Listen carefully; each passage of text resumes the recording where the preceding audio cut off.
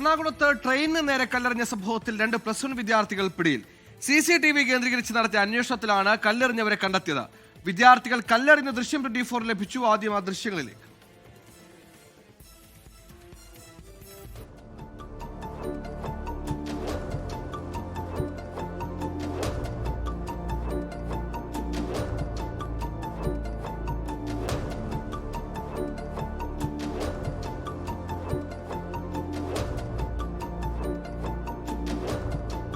നിതിൻ അംബുജൻ കൊച്ചിയിൽ ചേരുന്നു. നിതിൻ, ഇത് കുട്ടിക്കളിയല്ല, കൈവിട്ട കളിയാണ്. അതിന്റെ പ്രത്യാഘാതങ്ങൾ വലുതാണ്.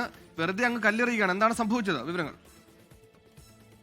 സുഹേൽ, കഴിഞ്ഞ മാസം 25-ാം തീയതി ഏതാണ്ട് രാത്രി 8 മണിയോടുള്ള ദൃശ്യമാണ്, CCTV ദൃശ്യമാണ് നമ്മളിപ്പോൾ കണ്ടത്. അതുവഴി കടന്നുപോകുന്ന ട്രെയിനിന് നേരെ ഈ 2 പ്രായപൂർത്തിയാകാത്ത 2 യുവാക്കൾ കല്ലെറിയുകയാണ്. ഇടപ്പള്ളി റെയിൽവേ സ്റ്റേഷനും കളമശ്ശേരി റെയിൽവേ സ്റ്റേഷനും ഇടയിലാണ് ഇത്തരത്തിൽ ട്രെയിനിന് നേരെ കല്ലേറ് ഉണ്ടായത്.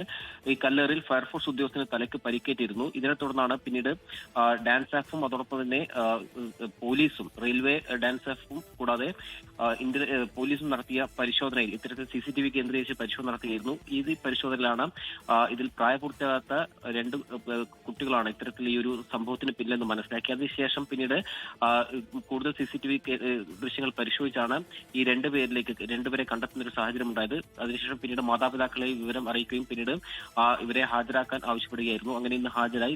നിലവിൽ ഈ 2 കുട്ടികളെ കാക്കനാട് ജുവൈനൽ ജസ്റ്റിസ് ബോർഡിന്റെ ഒബ്സർവേഷൻ ഹോമിലേക്ക് മാറ്റിയിരിക്കുകയാണ്. എന്തായാലും കഴിഞ്ഞ മാസം 25-ാം തീയതിയാണ് സംഭവത്തിന്റെ ദൃശ്യമാണ് ഈ കണ്ടത്. അതിൽ ഒരാൾക്ക് ഒളിച്ചും പാത്തും ഇരുന്ന് കല്ലെറിയുകയായിരുന്നു. അത് കഴിഞ്ഞ് എന്തോ വെറുതെന്തോ ചെയ്ത മട്ടിലാണ് തിരികെ അഭിമാനത്തോടെ 2 പേർ ഇറങ്ങി വരുന്നത്. എന്തായാലും അവരെ കണ്ടെത്തിയിട്ടുണ്ട്, പിടികൂടിയിട്ടുണ്ട്, നടപടികൾ തുടരുന്നുണ്ട്.